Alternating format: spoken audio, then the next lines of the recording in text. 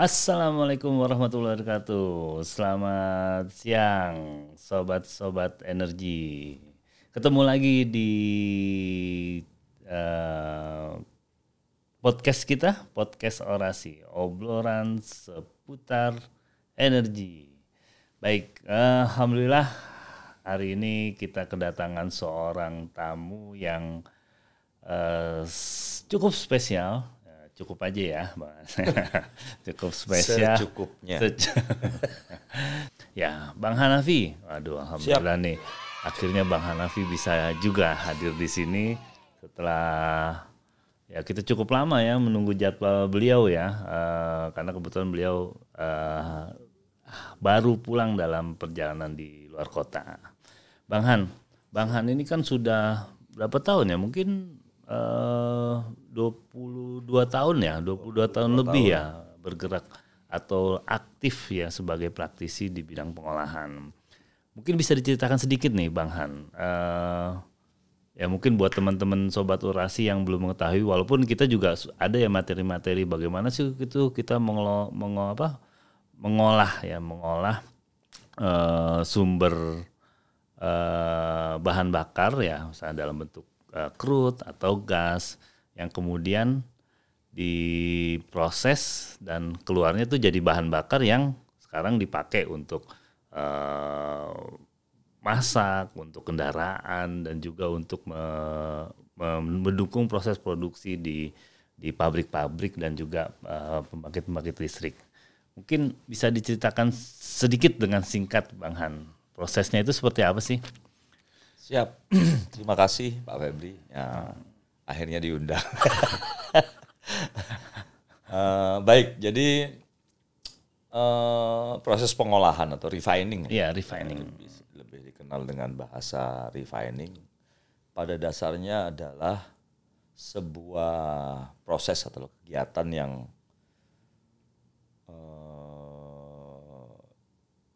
inti dari kegiatannya adalah bagaimana membuat sumber minyak lah ya, minyak mentah atau crude biasa disebut, diolah sedemikian rupa sehingga bisa jadi produk-produk yang bermanfaat. Pengolahannya karena crude itu memang campuran dari banyak fraksi atau banyak bagian yang memang bisa bermanfaat sebagai produk. Pengolahannya paling secara singkat ya teknisnya kalau memang pengen tahu ya, adalah bisa secara proses fisika, bisa juga secara proses kimia. Tahap pertama memang biasanya dilakukan proses fisika, jadi given dari crude yang ada dipanaskan untuk kemudian didinginkan, dipisah-pisahkan berdasarkan fraksi-fraksinya. Dari setiap jenis produk, jenis bagian produk yang ada dalam sebuah crude terpisah akibat perbedaan dari titik titik evaporasi dan kondensasinya. Dipisah-pisahkan. Biasanya kalau hanya mengandalkan proses itu akan menyisahkan sebuah bagian yang cukup besar jumlahnya yang belum bisa digunakan secara maksimum ya, secara ekonomi maupun secara manfaat sebagai sumber energi. Biasanya dilanjutkan dengan proses kimia yang tujuannya adalah kembali memotong-motong atau menyambung-nyambung gitu ya, ikatan-ikatan molekul hidrokarbonnya sehingga bisa menjadi produk yang lebih bermanfaat. Itu aja kira-kira. Selanjutnya berdasarkan jenis produk yang tidak hanya bahan bakar, tapi bisa juga beberapa produk-produk kimia dasar ya untuk dilakukan untuk dapat jadi bahan baku bagi proses-proses berikutnya. Oke, jadi ini one to many lah istilahnya ya. One to many ya. One to many. Jadi dari satu bahan crude yang berbentuk dalam bentuk minyak mentah atau minyak crude mentah, itu, ya. Itu pun crude itu juga banyak jenisnya ya, banyak jenisnya, banyak komposisinya juga bermacam-macam, ada light crude ya kan, ada yang minyak berat, heavy crude betul. dan lain-lain. Itu dimasukkan dalam satu proses yang nanti akan mengeluarkan produk-produk tadi. Nah, berarti kan Bang Hanafi ini berkecimpung lama di dalam proses itu ya, atau itu namanya istilahnya kilang ya, kilang ya. Bukan penghilangan, bukan penghilangan, kilang ya. Pabrik kilang minyak. Sebutan orang Sumatera untuk pabrik itu kilang sebetulnya. Kalau di Sumatera mah ada kilang kayu juga. Oh, iya. Pabrik itu kilang itu pabrik. Ada kilang batu, ada kilang kayu, itu pabrik. Refinery ya. Refinery. Istilah yang kilang minyak. Nah, sebenarnya sekarang baru kita coba mendalami ya. Dari sisi bisnis ya kan. Dari sisi bisnis itu kan jelas minyak ini atau crude ini kan udah ada harganya nih, Tapi ya mungkin crude ini tidak bisa langsung terutilisasi menjadi bahan bakar tadi. Perlulah proses yang tadi dilakukan penghilangan refinery itu. Sebenarnya inti dari bisnis ini apa sih Bang Hanafi?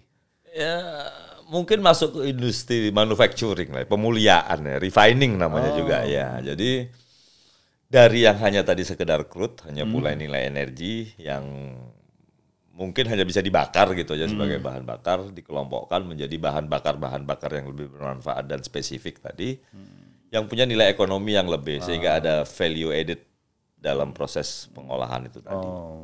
Ya. Tentunya dalam mengolahnya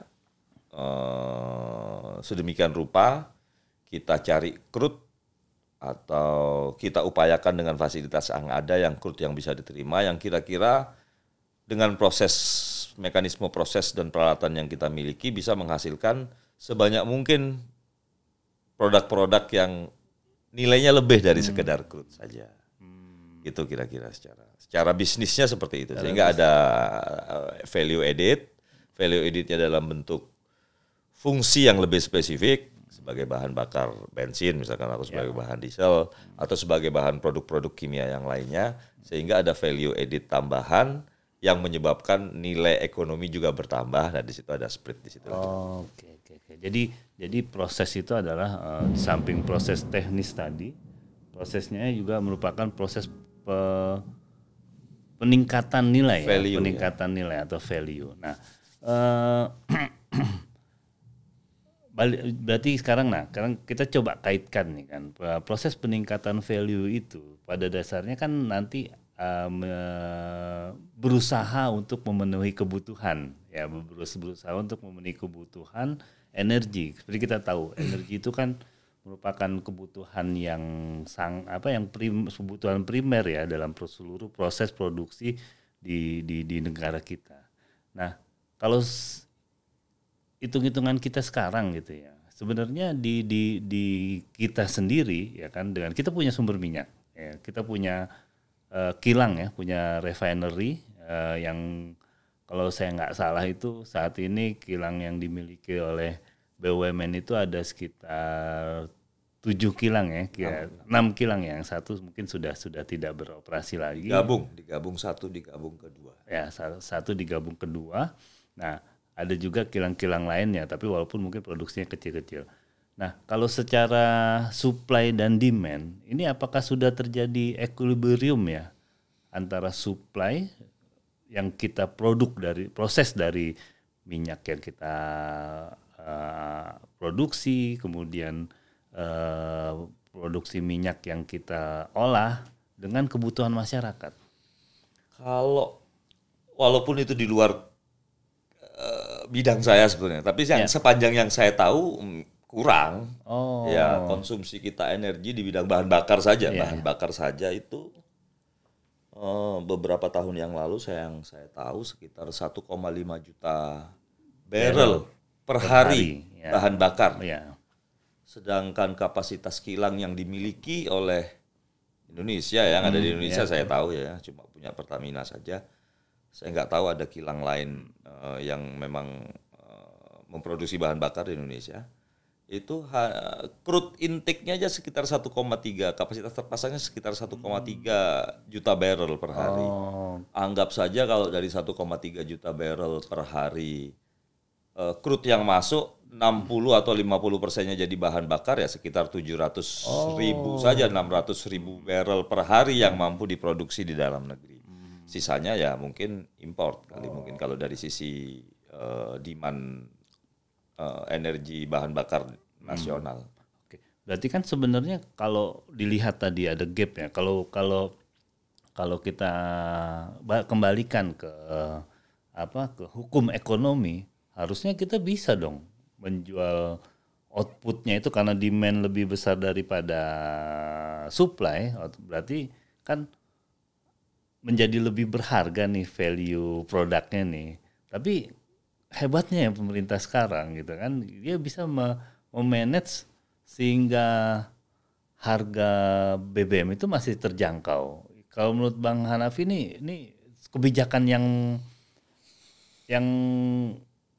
seperti apa ya dalam bisnis makronya, makro manajemen energi di Indonesia. Betul. Oke. Saya rasa memang tugas pemerintah itu secara makro dalam manajemen energi. Memang tugas pemerintah kan salah satunya sebagai tugas pelayan masyarakat ya, pelayan rakyat ya. Memang harus memberikan memenuhi kebutuhan rakyatnya pada harga yang terjangkau. Atau kalau dalam hal penyediaan strategic good lah istilahnya kan, bahan-bahan strategik di sebuah negara itu ya memang sebagai tugas obligasi dari pemerintah adalah membuat seluruh penduduknya terpenuhi kebutuhannya. Dan saya rasa ya itu sudah dijalankan cukup bagus oleh pemerintah dalam hari ini dengan mekanisme entah subsidi entah apa ya gitu ya. Yang memang tugas kalau kita dalam melihat dalam manajemen penyediaan energi sebagai salah satu barang atau ya barang yang dibutuhkan yang sangat sensitif oleh masyarakat. Itu memang tugas pemerintah apapun itu barangnya. Tugas pemerintahnya adalah membuat rakyatnya mampu untuk menjangkau mendapatkan produk itu tadi. Atau bisa dikenal dengan istilah affordability. Affordable oleh rakyatnya. Jadi sebenarnya saya melihat itu tadi ya bahwa ada peran strategis nih ya, peran strategis badan usaha yang mungkin sekarang Bang Hanafi berkecimpung bahwa ya bukan hanya semata-mata menghasilkan produk yang mencukupi kebutuhan, tapi di sini ada challenge-nya ya. Challenge-nya bahwa ketika kita tidak bisa mengelola ini secara efektif atau efisien, maka akan membebani keuangan negara tadi gitu kan. Nah, kira-kira upaya apa aja sih yang sudah dilakukan? Jadi gini, kalau kita lihat balance tadi ya betul. Supply and demand. Clear tergambar bahwa kita tidak mencukupi atau tidak mampu untuk memenuhi seluruh demand yang ada di dalam negeri. Artinya apa? Dalam mengisi kebutuhan tadi itu, sebagian dibutuhkan import. Begitu import, maka ada transaksi keuangan, devisa keluarlah. Begitu itu sisanya selisihnya tadi. Semakin besar kemampuan untuk menyediakannya secara domestik, dalam negeri, secara domestik oleh perusahaan, terutama perusahaan milik negara dalam hal ini, semakin besar, maka potensi untuk melakukan import semakin kecil. Nah, oleh karena itu, memang challenge-nya adalah menambah kapasitas itu sesuatu yang penting menurut untuk saya. Mengisi gap yang tadi ya. Okay. Walaupun harus juga dipertimbangkan dengan masa, melihat tren kebutuhan energi sekarang dan masa depan. Bagaimana kita melihat sebaran energinya gimana? Ya. Apakah memang bahan bakar minyak atau mineral base energy source ini sampai kapan akan dibutuhkan pada kondisi yang seperti saat ini?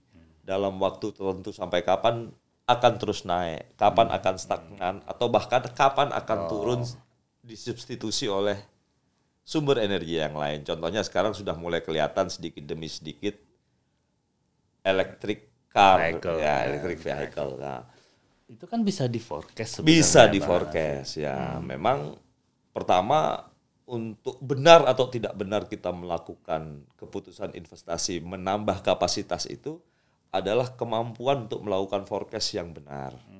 Itu mungkin penambahan kapasitas itu sudah mulai dilakukan apa belum ya? Sudah dilakukan secara simultan ya. Karena kan tadi kita masih punya gap misalnya dari 1,5 juta dengan demand-nya cuma 700, itu kan masih hampir setengahnya, lebih dari setengahnya malah. Apakah kita kalau untuk mengejar lebih dari setengahnya itu untuk terpenuhi kan berarti minimal kapasitas harus 2 kali lipat dari yang ada sekarang. Betul ya. Nah, apa saja sih sebenarnya yang sudah dilakukan oleh dunia dalam negeri kita? Iya, dalam negeri. Jadi ada 2 yang saya tahu ya, ada 2 pendekatan paling tidak, 2 roadmap pemenuhan kebutuhan itu. Pertama dengan memang membangun kilang baru atau yang bisa dikenal, yang biasa kita kenal dengan istilah grassroots refinery ya. Memang sampai saat ini kita belum melihat ada yang jadi dalam hal ini grassroots. Sempat kita mulai itu di Tuban, mungkin ada proyek ya. Kita sempat dengar beberapa persiapan untuk pelaksanaan proyek di Tuban di situ. Ada satu hal lain lagi yang sifatnya meningkatkan capability yang sudah ada. Berarti artinya sebenarnya masih ada peluang ya tanpa kita. Tadi kan misalkan kita punya 6 ya. Berarti kita nggak harus nambah 6, bikin 6 kilang lagi, tapi dari 6 ini mungkin masih bisa dikembangkan. Itu strategi. Beberapa proyek yang sudah dilakukan kita dengar yang sudah selesai ya. Untuk memang kapasitasnya ditambah. Kalau kita bicara kapasitasnya ditambah adalah beberapa proyek revamp. Revamp di beberapa refinery sudah berjalan, beberapa mungkin onward to go juga sedang dipersiapkan, dan ada juga yang kapasitasnya tidak bertambah, tapi menambah secondary processing untuk membuat produk-produk intermedia yang kita miliki sekarang, yang value-nya masih rendah, yang belum sampai kepada tahapan sebagai produk akhir bahan bakar atau petrochemical, ditambahkan atau kita bangun unit-unit baru secondary processing untuk membuat intermedia produk tadi menjadi produk akhir yang bisa menambah jumlah produk akhir yang kita bisa jual ke masyarakat. Contohnya seperti di Cilacap sudah selesai, RCC, di Balongan masih jalan, di Balikpapan maksud saya masih berjalan.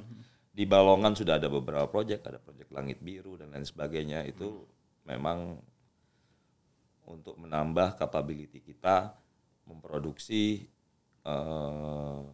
bahan bakar ini ya, Pertalite, bensin lah kalau bahasa umumnya. Berarti udah banyak berjalan itu. Berarti kan sebenarnya gini, kalau kita sederhanakan ya bisnis modelnya gitu ya. Bisnis modelnya tadi ada over demand atau undersupply yang harus dipenuhi supaya kita tidak impor. Ya, kita tidak impor. Berarti kan itu tadi penambahan kapasitas dan lain-lain. Nah, berarti kan gini, sebenarnya ada potensial, ada opportunity istilahnya opportunity keuntungan ekonomi kalau misalkan kita bisa mempercepat proses itu sehingga kita tidak membutuhkan impor dan proses pemenuhan devisa dan lain-lain itu tidak menjadi isu lagi. Menurut Bang Han, ini tracknya atau petnya itu udah bener belum ya? Maksudnya udah sesuai belum nih yang sekarang ada? Kalau untuk menambah capability dari yang existing, untuk menambah capability-nya menambah produk kapasitas itu oke, sudah jalan saya lihat. Ya. Tapi untuk sampai bisa memenuhi itu saya rasa impossible dengan memanfaatkan resources yang kita miliki dari 6 kilang yang ada ini tadi dengan hanya melakukan proyek-proyek kecil seperti revamp atau menambah secondary processing. Berarti yang impossible lah untuk bisa sampai 2 kali lipat kapasitasnya. Berarti yang grassroots itu penting. Juga perlu. Okay. Ya. Apa kemasalahnya? Challenge-nya besar banget kalau untuk kita membuat project grassroots yang kalau grassroots itu kan total bikin refinery baru. Ya, modalnya yang luar biasa besar. Ya, bicara modal pertama harus cermat kita melihat apakah memang fasilitas yang kita bangun itu punya capability finansial, capability ekonomi lah ya, potensi ekonomi untuk dijalankan selama life cycle dari plan yang baru yang kita pasang, yang kita bangun, itu satu life cycle-nya memang terus masih menguntungkan buat kita. Melihat tren supply and demand energi dunia ini, gitu ya.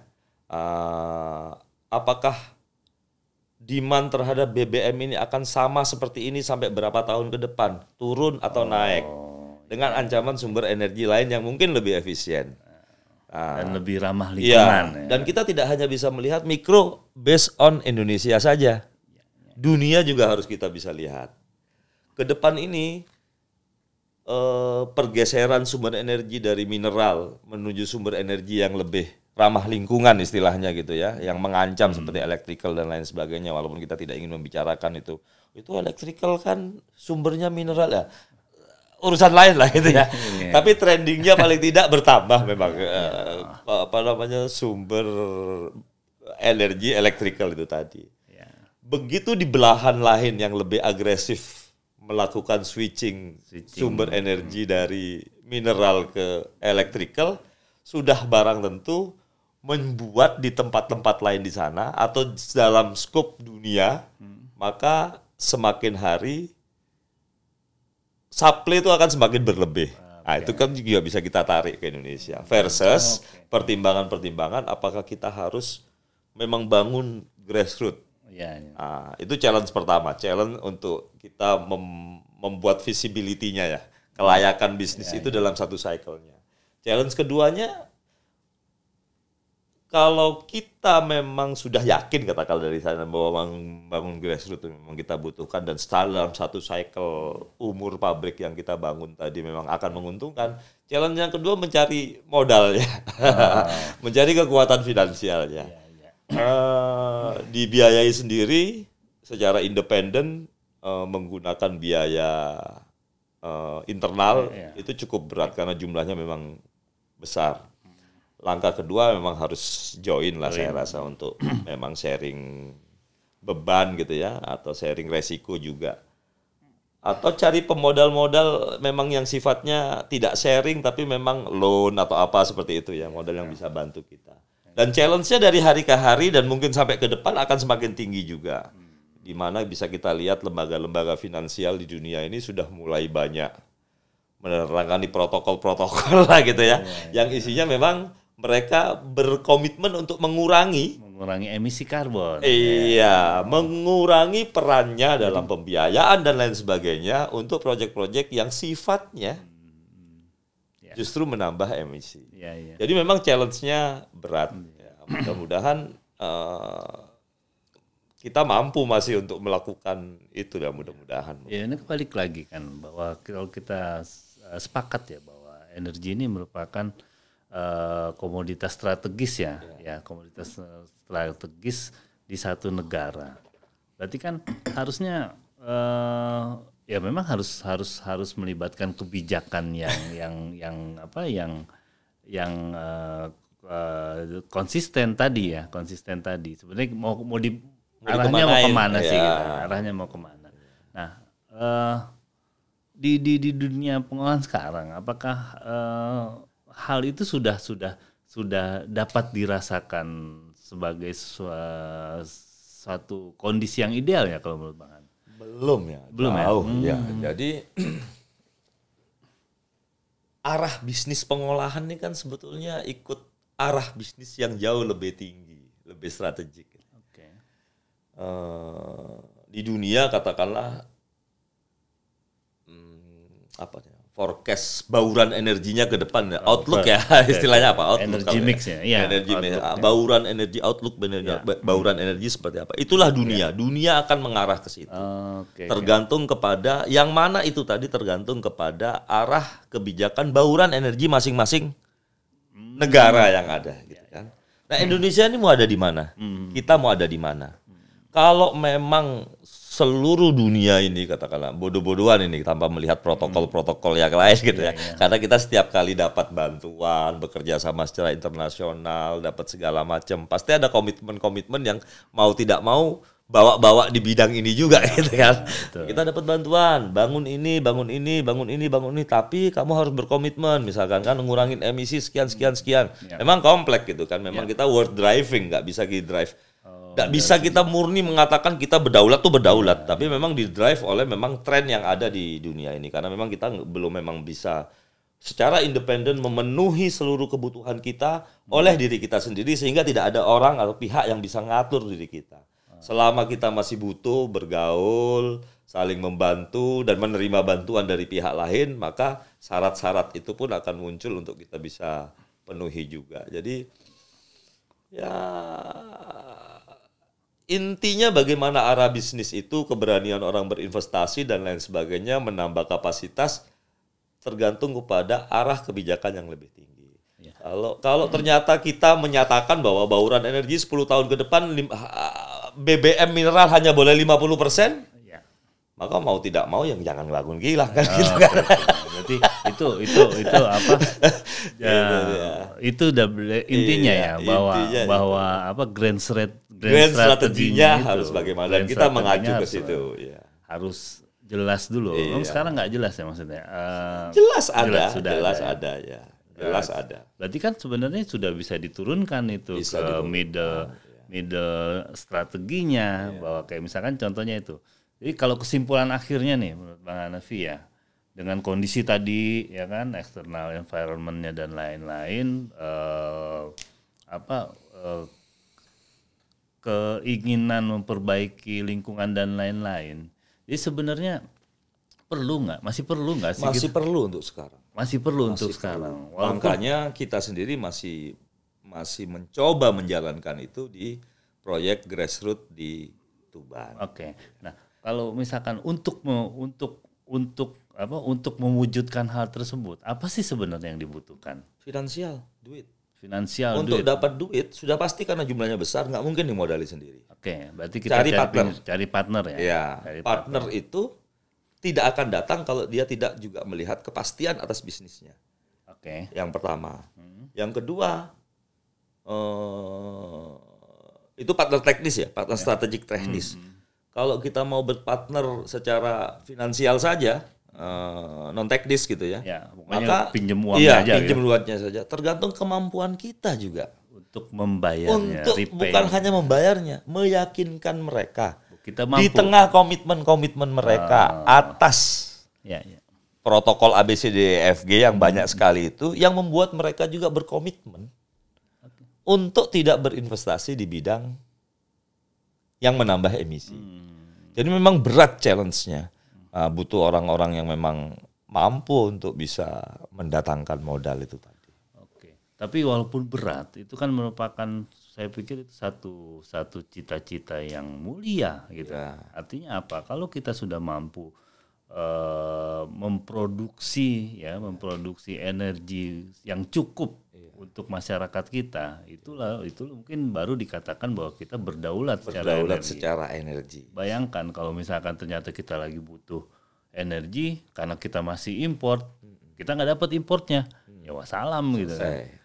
Jadi memang ini ya benar, grand design atau grand strateginya itu harus benar-benar fix, sehingga ya mungkin nanti siapapun yang menjalankan, yang melaksanakan, termasuk badan usaha, bisa dengan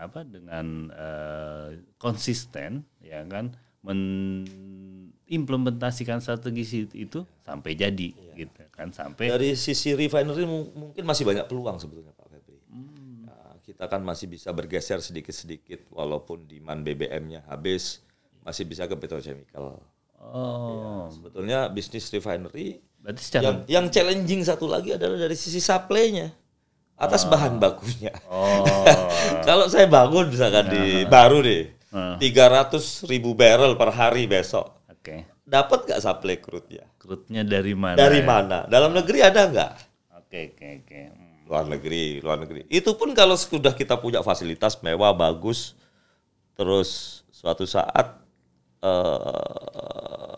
diputus supply-nya dari luar negeri, ya selesai juga, nggak jalan juga tuh pabrik. Ya, jadi yang paling bijaksana sebetulnya kalau kita bicaranya seperti pertanyaan Pak Febri di awal, setelah kita berbicara refinery secara mikro, Indonesia secara mikro, dunia, terus kita berbicara ke energinya, bukan masalah refinery-nya, maka ya kita harus mulai sekarang memang punya outlook yang jelas. Apa sih energi apa sih yang paling kita miliki sekarang? Minyak udah jelas minus gitu. Crude-nya cuman berapa? Mungkin 700.000 kali sekarang, saya nggak ngerti ya. Artinya dengan kilang kita yang 1,3 aja sekarang sudah impor. Kalau memang 700 impor 500, tapi saya nggak pasti angkanya. Terus mau bangun 300 lagi, importnya nambah lagi. Sekarang apa sih sebetulnya secara basic sumber energi yang kita miliki? Outlook bauran energinya dibuat lebih bagus. Oh, kita banyak matahari, ya sudah, ngarah ke matahari. Matahari kita start, industri solar cell kita cukup nggak untuk supply itu? Kalau masih import juga ya ada harus yang konsentrasi untuk bangun industri solar cell. Jadi bauran energinya supaya memang direncanakan seperti itu. Jadi yang lain-lainnya refinery segala macam yang memang ada challenge yang berat terkait dengan isu emisi tadi, bisa sedikit demi sedikit kita alihkan dari sumber energi ke petrokimia. Berarti kalau bisa saya coba simpulkan bahwa kita sebenarnya ya memang harus sangat serius gitu ya. Sangat serius untuk memikirkan bagaimana sustainability dari supply energi terhadap kebutuhan 270 juta masyarakat Indonesia. Kalau bisa dia BBM itu hal yang kecil. Strateginya gimana? Kalau misalkan nih Bang Hanafi kan ya kan sebagai praktisi pasti sebenarnya udah banyak lah ide-ide atau apa inspirasi. Nah, sebenarnya 3 hal ya, saya tanya. 3 hal utama yang harus dilakukan gitu kan dalam rangka kita mewujudkan energi sustainability energi itu. 3 hal utama apa aja kira-kira? Mapping. Jelas kita butuh energi, ya. Ya, itu. Yang pertama, mapping sumber energi yang paling available yang perlu kita garap serius di Indonesia itu apa? Prioritas. Iya. Jadi kita harus knowledge siapa sih diri kita. Ngomongin minyak nggak punya minyak. Ternyata import gitu kan. Apa yang paling kita bisa utilize dari sisi energi? Mungkin geothermal. Apapun itu yang kita paling berpotensi. Seriuslah di situ. Oke. Terus seriuslah di situ. Yang kedua adalah memang mendidik masyarakat. Bahwa setiap energi yang dia keluarkan memberikan return yang memang lebih daripada sekedar energi itu. No wasted energy. Tidak ada energi yang terbuang secara percuma. Nah, itu banyak aspeknya. Bagaimana kita bisa katakanlah lalu lintas nih. Kalau lalu lintas ini jadi nggak macet karena orang bisa mau naik sumber penghematan energi yang bisa memanage kebutuhan energi kita secara signifikan. Kalau katakanlah dengan pola ukur sekarang import sebagian, importnya mungkin bisa dikurangin. Apa itu ya dengan transportasi yang lebih nyaman, yang affordable, yang acceptable, yang comfortable juga gitu ya. Banyak. Yang ketiga adalah bagaimana kita merespon setiap perubahan atas dinamika energi manajemen dunia ini. Kita juga harus cepat. Gitu lah, cepat. Jangan dunia sudah jelas ya, jangankan partner energi, partner teknis. Jangan dunia melihatnya bahwa emisi harus dikurangi, orang memberikan uang spend kepada kita sebagai loan dan lain sebagainya dalam bentuk modal project gitu ya. Kita butuh itu, kita cari itu, tapi dunia sebetulnya menghindari itu. Tapi kita ngotot di situ. Nah, itu agak susah saya rasa. Jadi memang di level itu yang lebih. Nah, sedangkan kilang yang sudah kita miliki, potensi-potensi atau modal kapital yang sudah kita miliki ini, bagaimana secara mikro juga punya roadmap ya, blueprint kemana kita akan mengarah. Kalau arah penggunaan energi itu sudah mulai berubah. Namun saya rasa dengan hanya kita sekarang baru mampu 50%, itu menjadi prioritas kedua ketiga untuk menurunkan kebutuhan bahan bakar dengan bahan bakar substitusi yang apapun namanya itu menjadi sampai 50%. Saya rasa untuk 10-15 tahun ke depan masih bisa diserap lah dari yang kita miliki. Bagaimana membuat itu lebih handal, secara biaya operasi lebih efisien. Langkah-langkah itu juga harus dikerjakan dan itu sudah dilakukan saya rasa banyak dengan konsumsi energi yang lebih rendah, dengan alternatif energi baru, naikkan yield, meng-create produk-produk non BBM, bahan bakar minyak yang digunakan kendaraan sekarang. Selain produk-produk yang ada, produk-produk alternatif, produk baru itu mulai di-create sebagai cadangan produk-produk apabila cadangan pasar ya, cadangan produk kita yang kira-kira backup, bukan cadangan sebenarnya, yang kira-kira bisa jadi konsentrasi kita pada saat demand BBM walaupun itu masih jauh, sudah kita bisa siapkan. Paling tidak sekarang kita dengan meng-create produk-produk baru itu yang sudah dilakukan bisa memberikan dampak ekonomi yang lebih dari operasional. Oke. Baiklah, luar biasa Pak Bang Han, ini cukup banyak insight yang kita dapat ya dari obrolan ini. Jadi sobat-sobat e-talk, sobat-sobat orasi, beberapa hal yang bisa kita coba ambil bahwa sebenarnya bisnis energi atau proses pengolahan di bidang energi ini banyak hal yang masih bisa kita improve gitu ya, dan mudah-mudahan tadi yang sampaikan Bang Hanafi itu bisa kita detailkan ya kan, kita detailkan, mungkin nanti kita bahas lagi secara lebih panjang dari masing-masing aspeknya itu seperti apa, dan itu bisa jadi referensi sesuai dengan moto kita bahwa bagaimana Energi Talk ini bisa menjadi literasi energi buat sobat-sobat energi. Demikian diskusi kita hari ini. Terima kasih banyak Bang Hanafi atas mungkin episode berikutnya kita akan bahas tentang hal-hal yang sebenarnya banyak gitu ya. Tadi kita baru bahas terkait BBM. Mungkin nanti ada yang masalah petrochemicalnya seperti apa, yang gasnya juga belum kita bahas.